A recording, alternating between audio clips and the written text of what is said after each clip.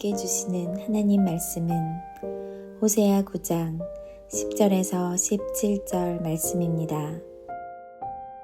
옛적에 내가 이스라엘을 만나기를 광야에서 포도를 만남같이 하였으며 너희 조상들을 보기를 무화과 나무에서 처음 맺힌 첫 열매를 봄같이 하였거늘 그들이 바알보올에 가서 부끄러운 우상에게 몸을 들이므로 저희가 사랑하는 우상같이 가증하여졌도다. 에브라임의 영광이 새같이 날아가리니 해산하는 것이나 아이 베는 것이나 임신하는 것이 없으리라. 혹 그들이 자식을 기를지라도 내가 그 자식을 없이하여 한 사람도 남기지 아니할 것이라. 내가 그들을 떠나는 때에는 그들에게 화가 미치리로다. 내가 보건대 에브라임은 아름다운 곳에 심긴 두루와 같으나 그 자식들을 살인하는 자에게로 끌어내리로다. 여호와여, 그들에게 주소서. 무엇을 주시려 하나이까? 아이 베지 못하는 태와 젖없는 유방을 주시옵소서. 그들의 모든 악이 길갈에 있으므로 내가 거기에서 그들을 미워하였노라. 그들의 행위가 악함으로 내 집에서 그들을 쫓아내고 다시는 사랑하지 아니하리라. 그들의 지도자들은 다 반역한 자니라. 에브라임은 매를 맞아 그 뿌리가 말라 열매를 맺지 못하나니 비록 아이를 낳을지라도 내가 그 사랑하는 태의 열매를 죽이리라. 그들이 듣지 아니하므로 내 하나님이 그들을 버리시리니 그들이 여러 나라 가운데에 떠도는 자가 되리라.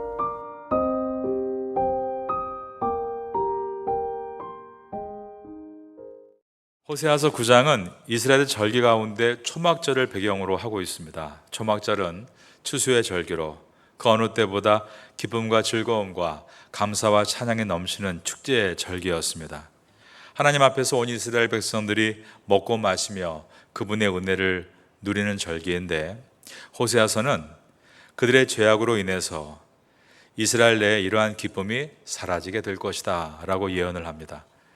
1절에서 9절이 선지자가 선포하는 형식으로 기록되었다면 9장의 하반부인 10절에서 17절은 하나님께서 1인칭 화자로 이스라엘을 향해 직접 말씀하시는 형식을 취합니다. 오늘 본문의 첫 절인 호세아서 9장 10절을 보겠습니다. 옛적에 내가 이스라엘을 만나기를 광야에서 포도를 만남같이 하였으며, 이처럼 내가라는 1인칭 시점으로 하나님께서 이스라엘 백성을 향해 말씀하고 계십니다. 10절에서 하나님은 이스라엘을 광야에서 만나셨을 때 달콤하고 시원한 포도나무에 처음 맺힌 열매와 같이 기뻐하셨다라고 되어 있습니다. 광야에서 포도를 만나는 일은 실제로는 거의 불가능한 일입니다. 그리고 무화과 나무에 처음 익은 열매는 매우 부드럽고 맛있지만 그 수가 매우 적습니다. 따라서 하나님께서 이스라엘 백성을 광야에서 처음으로, 즉 말씀으로 만나시고 그들에게 그 말씀을 주시는 그 때를 얼마나 특별한 날이었는가라고 은유적으로 광야의 포도 열매다, 무화과 열매다라고 말씀하시는 것은 하나님께서 그들을 너무나 기뻐하셨다라는 뜻입니다. 이처럼 하나님은 이스라엘 백성들을 애굽에서 구출하신 다음에 광야에서 당신의 백성을 삼으실 때 너무나 기뻐하셨습니다. 이스라엘 백성들이 이 헤세드, 하나님의 자비를 잊지 않았다면 그들은 가나안 땅에 들어갔을 때 그렇게 우상을 섬기며 타락하지 않았을 것입니다. 우리도 우상이 가득한 이 세상, 제가 좀 더 다르게 표현해 보면 하나님의 세계관이 아닌 세상의 세계관이 가득한 우리의 직장과 일터와 학교와 사회에 살아가면서 그러한 세속적인 세계관에 빠지지 않고 바른 신앙과 신념을 지켜나가기 위해서는 처음에 나를 부르신 그 은혜, 헤세드를 기억하는 것에서부터 시작해야 합니다. 하나님의 그 헤세드를 매일 우리가 묵상함으로 힘을 얻을 수 있는 것입니다. 복음성에 이러한 가사가 있습니다. 내가 너를 보배롭게 존귀하게 여기노라. 너를 사랑하는 내 여호와라. 하나님이 나를 보시면서 얼마나 기뻐하셨는가. 나를 보배롭고 존귀한 자라고 여겨주신 그 사랑을 처음 느끼고 깨달았던 그날을 우리가 늘 기억해내야 하는 것입니다. 어떠십니까? 그날에 여러분은 그런 감격을 경험하지 않으셨습니까? 그런데 시간이 지나면서 그 감격이 여러분 안에서 사라져 가고 있지는 않습니까? 우리는 하나님의 한없이 귀하고 보배로운 그 언약을 그리고 그 사랑을 주신 것을 잊지 말아야 합니다. 요한계시록은 처음에 지녔던 사랑을 버린 에베소 교회 교인들의 이야기가 나옵니다. 사도 요한은 그 에베소 교회를 향해서 그들이 어디에서 그 사랑을 잊어버렸는지 다시 돌이켜서 그 사랑을 주워오라, 즉 첫사랑을 찾으라고 말을 했습니다. 이 말의 뜻은 우리가 하나님께 부름받은 그 은혜의 감격을 잊지 말라라는 뜻인 것입니다. 세상에 빠지지 않고 세상을 끌어갈 수 있는 비결은 하나님의 은혜를 잊지 않고 붙드는 것에서부터 시작합니다. 여러분께 주신 그 은혜를 잊지 않는 성도가 되시기를 예수님의 이름으로 축원합니다. 9절에서 사사시대 기브아 사건 이후로 지속된 이스라엘의 죄악을 고발했다면 이제 10절은 더 이전의 시대인 광야 시대의 사건을 언급합니다. 광야는 아까 말씀드린 대로 하나님이 이스라엘과 언약을 맺으신 곳이자 이스라엘이 하나님의 사랑을 경험한 곳입니다. 하지만 또한 광야는 이스라엘이 끊임없이 하나님을 시험하고 반역한 곳이기도 했습니다. 발람의 꾀에 빠져서 모압 여자들과 음행하고 그들의 우상 숭배 제사에 참여해서 하나님의 진노와 심판을 받았던 바알볼 사건이 바로 광야에서 있었던 일입니다. 10절을 다시 보시면 옛적에 내가 이스라엘을 만나기를 광야에서 포도를 만난 같이 하였으며 너희 조상들을 보기를 무화과 나무에서 처음 맺힌 첫 열매를 봄같이 하였거늘. 그 다음 보시면 그들이 바알 부월에 가서 부끄러운 우상에게 몸을 드림으로 라고 되어 있습니다.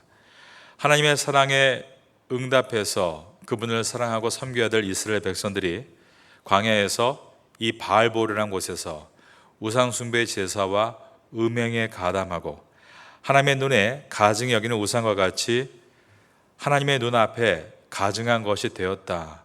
10절 하반절에 말씀하고 있습니다. 저희가 사랑하는 우상같이 가증하여졌도다 라고 되어 있는 것입니다.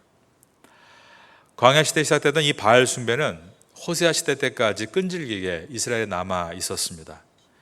가나안 땅에 들어가기 전부터 시작된 범죄가 오랜 기간에 그 땅에서 계속 더욱더 가증하게 번져나가고 있었던 것입니다. 10절에서 지적한 이 가증한 죄의 결과는 하나님의 심판을 낳게 되는데 그것은 바로 인구 감소라는 하나님의 심판이었습니다. 11절을 보겠습니다. 에브라임의 영광이 새같이 날아가리니 해산하는 것이나 아이 베는 것이나 임신하는 것이 없으리라. 이스라엘은 풍요와 다산을 바라면서 이방의 풍요 제사에 참여했습니다. 비의 남신 바알을 섬겼고 다신의 여신 아세라를 섬기며 제사한 이유는 소출을 많이 내고 자녀를 많이 낳고 싶은 다산의 목적 때문입니다. 그런데 11절은 하나님이 아닌 우상에게 다산을 빈 그들은 도리어 아이들을 잃을 것이다 라고 말씀합니다. 11절은 에브라임의 영광이 새같이 날아가리니라고 선언하면서 해산, 아이 베는 것, 임신하는 일이 일어나지 않게 될 것이다 라고 말씀했습니다. 11절을 다시 봅니다. 에브라임의 영광이 새같이 날아가리니 해산하는 것이나 아이 베는 것이나 임신하는 것이 없으리라.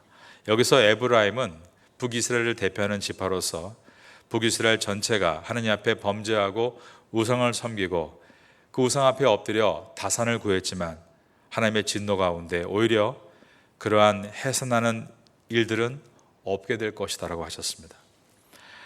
아이를 낳지 못한다는 것은 신명기에서부터 언약의 저주에 해당합니다. 신명기 28장은 하나님께서 우리에게 주시는 언약 가운데 축복의 언약과 저주의 언약이 들어있습니다. 이스라엘 백성이 하나님의 율법, 즉 선을 쫓아 행하고 살면 하나님께서 몸의 소생과 가축의 새끼와 토지의 소산을 많게 하실 것이다 라고 신명기 28장 11절에서 기록했습니다.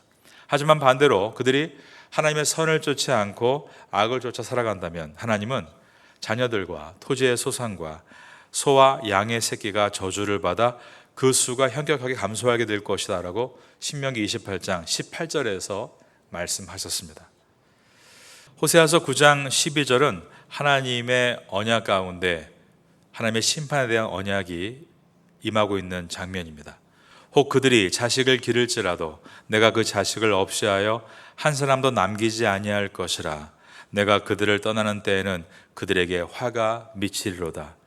이것은 이스라엘이 풍요와 다산을 위해서 바알을 숭배했지만 도리어 그 자녀들이 아수르의 침공에 의해서 상당히 많이 죽었다는 역사를 통해 보여줍니다.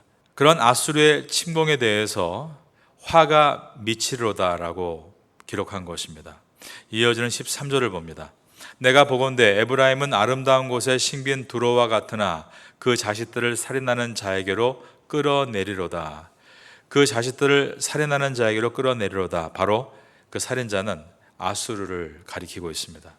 호세아는 하나님을 1인칭 시점으로 해서 기록해 나가다가 이제 14절에서는 선지자를 1인칭 시점으로 바꾸면서 그의 기도를 기록합니다.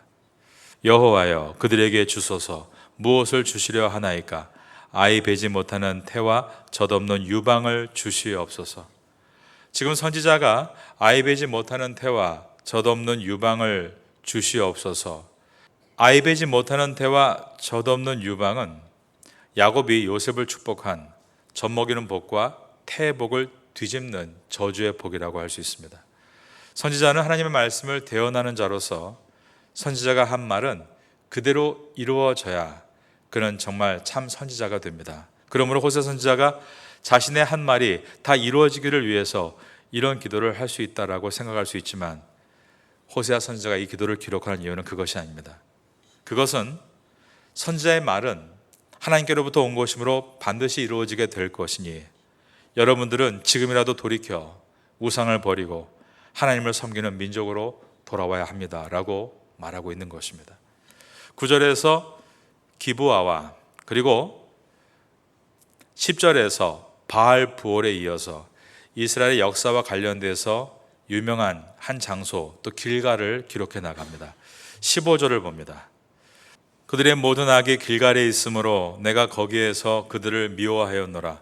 그들의 행위가 악함으로 내 집에서 그들을 쫓아내고 다시는 사랑하지 아니하리라. 그들의 지도자들은 다 반역한 자니라. 길갈은 이스라엘이 가나안 땅을 정복하기 위해 요단을 건너서 처음 지친 곳이었습니다. 그래서 이것을 기념하기 위해 요단에서 가져온 12돌을 세운 곳이 바로 길갈입니다. 약속의 땅에서 역사의 처음 출발점이 바로 길갈이었던 것입니다. 그런데 이러한 방금 말씀드린 유명한 유적지들이 다 악으로 가득한 우상숭배의 땅이 되어버리고 말았습니다. 15절에서 그들의 모든 악이 길갈에 있으므로 라고 되어 있는 것입니다.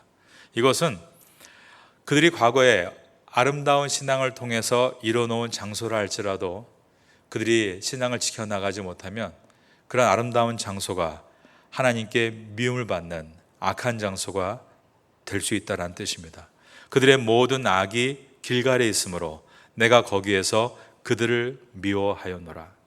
여러분, 우리의 인생을 돌아볼 때 하나님께서 특별한 은혜를 주셔서 예수를 알고 그분을 믿고 구원을 얻었습니다. 어려운 살림살이였지만 부부가 열심히 아껴 알뜰하게 자녀를 키워서 또 다 대학도 보내고 출가시키고 살게 되었습니다. 과거를 돌아볼 때 그 모든 것이 하나님의 은혜였고 모든 순간마다 우리의 가정에는 놀라운 기념비가 놓여 있는 것입니다.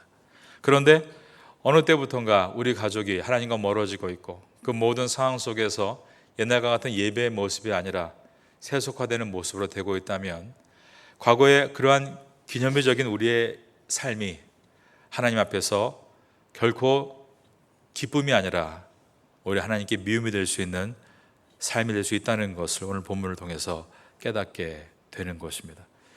이곳에서 하나님 앞에서 큰 복을 받았던 그 길갈이 이렇게 하나님 앞에서 이제는 심판과 미움의 대상이 되고 있다는 것을 볼 때 또한 이것은 우리의 삶을 돌아보게 하는 말씀입니다.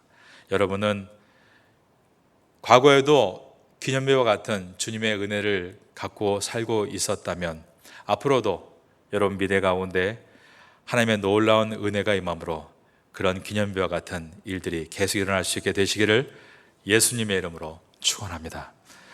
온갖 우상 숭배와 혼합주의적인 모습으로 여호와의 예배를 드리는 곳이 아니라 우상을 숭배하는 장소로 변화됐을 때, 그때 이제 16절은 다시 한번 인구의 감소를 언급합니다.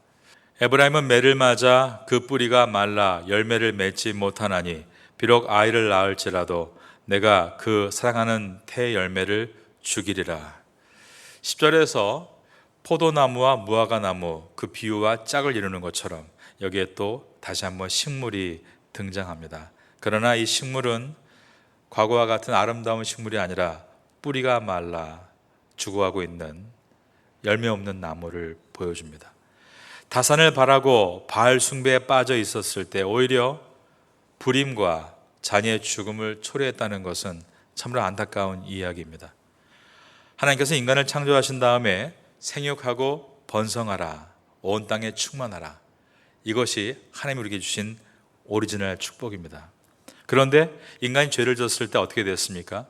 그 가정이 고통 가운데 들어갔고 또 남편은 평생을 수고해야 소산을 얻게 되고 아내는 자녀를 해산하는 엄청난 고통을 수반하는데 이것을 저주라고 말씀했습니다. 가정이 복된 장소가 아니라 저주와 심판이 머무는 곳이 되어버린 것입니다.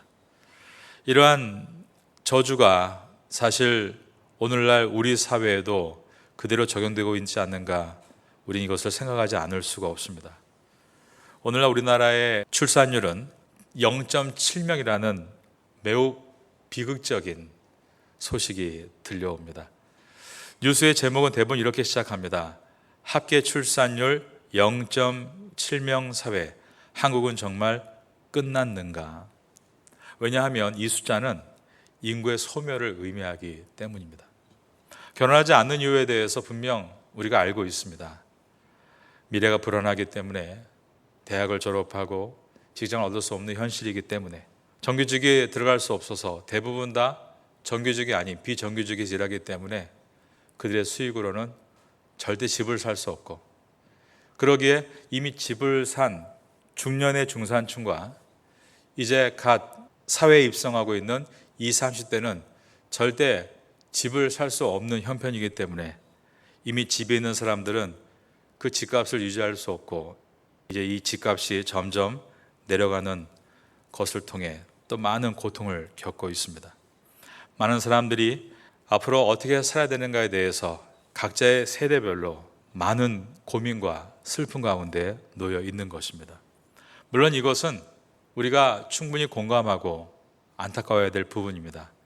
그러나 우리가 조금만 더 믿음의 눈으로 우리의 삶을 돌아보면 하나님은 과거에 우리 인생 가운데 기념비적인 일들을 허락하셨고 우리를 돌봐주셨습니다. 그리고 앞으로도 하나님은 주님이 오실 날까지 우리와 함께 하신다라고 약속하셨습니다. 그런데 우리의 마음 가운데 언제부턴가 계속 하나님을 의지하기보다 다른 것들을 의지하니 그 모든 것들이 두렵고 절망 가운데 놓여 있는 것입니다. 마치 이스라엘 백성들이 자기의 다산을 위해서 바알을 섬기다가 무너져 내리고 있는 것처럼 말입니다. 이 산지를 내게 주소서, 아까 우리가 함께 찬양드렸는데 그날에 주께서 말씀하시라는 그 말은 40여 년 전에 가데스 바네아에서 하나님께서 여호수아와 갈렙에게 하신 말씀 가운데 갈렙에 대한 말씀입니다. 하나님은 모두 다 할 수 없다라고 할 때 단 두 사람, 여호수아와 갈렙이 아니다, 우리는 하나님께서 여기까지 인도하셨으니 갈 수 있다라고 말했을 때 그들의 믿음을 인정하시고 약속을 하셨습니다. 그런데 이제 40년이 지나고 나서, 그때 갈렙의 나이가 40대 중반이었으니까 40년이 지난 85세 때 그는 그렇게 말하는 겁니다. 여호와께서 말씀하신 이 산지를 내가 얻겠습니다. 그때 12지파가 각자의 땅을 분배받을 때 사실 갈렙이 요구하는 땅은 눈에 보이는 좋은 땅이 아니었습니다. 오늘날 상권이 더 뛰어나거나 더 많은 인프라가 구축된 그런 곳에 공장을 짓고 사업을 하는 그런 것이 아니라 그는 이 산지를 내게 주소서, 헤브론 산지를 원했습니다. 왜냐하면 그날에 여호와께서 나에게 주신 비전이기 때문이다라고 말을 했습니다. 그리고 나서 그 많은 나이에, 물론 그가 혼자 한 것은 아닙니다. 그의 사위가 앞장서서 이제 이 헤브론을 향해 올라가고 거기에 있는 적들을 몰아내고 그 땅을 차지하는 일들을 성경은 말씀하고 있습니다. 하나님은 우리에게 꿈과 소망을 주십니다. 그 소망을 처음부터 기억하고 헤세드, 그 은혜를 기억하는 사람은 갈렙과 같이 그날에 주께서 말씀하신 이 산지를 내게 주소서 하고 앞으로 나아갈 수 있습니다. 하지만 언제부턴가 하나님의 꿈도 그분의 약속도 그 소명도 잊어버린 사람이 되어버리면 언제나 우리의 미래가 두렵고 늘 걱정되고 근심 가운데 살아갈 수밖에 없는 것입니다. 언젠가 우리나라에 이런 말들이 많이 일어나기 시작했습니다. 헬조선이다. 그러니까 조선이 우리나라인데 앞에 헬은 또 영어를 넣어가지고 지옥의 나라다, 이렇게 표현을 했습니다.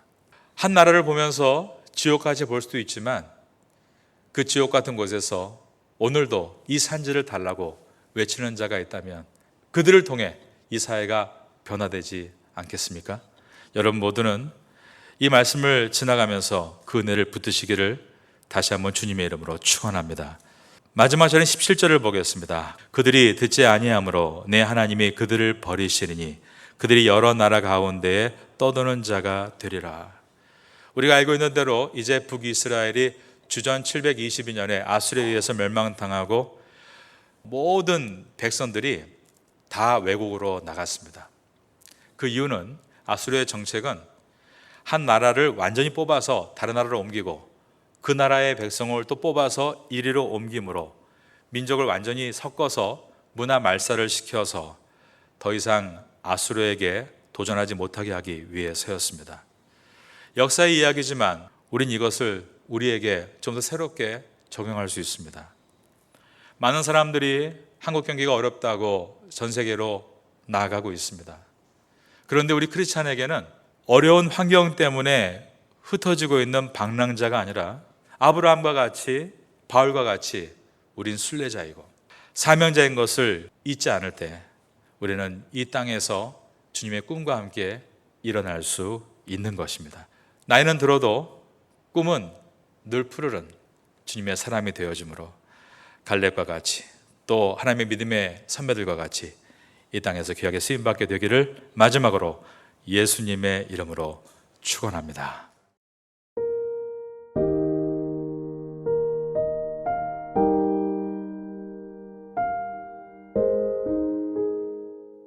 지금은 함께 기도하는 시간입니다. 10월의 공동 기도 제목은 첫째, 기도로 주님과 함께하고, 둘째, 기도로 목회자와 함께하고, 셋째, 기도로 성도와 함께하고, 넷째, 기도로 태국과 파타야와 함께하는 신앙 공동체가 되기 위해 기도드립니다. 말씀을 붙잡고 기도하는 귀한 시간 되시기를 소망합니다.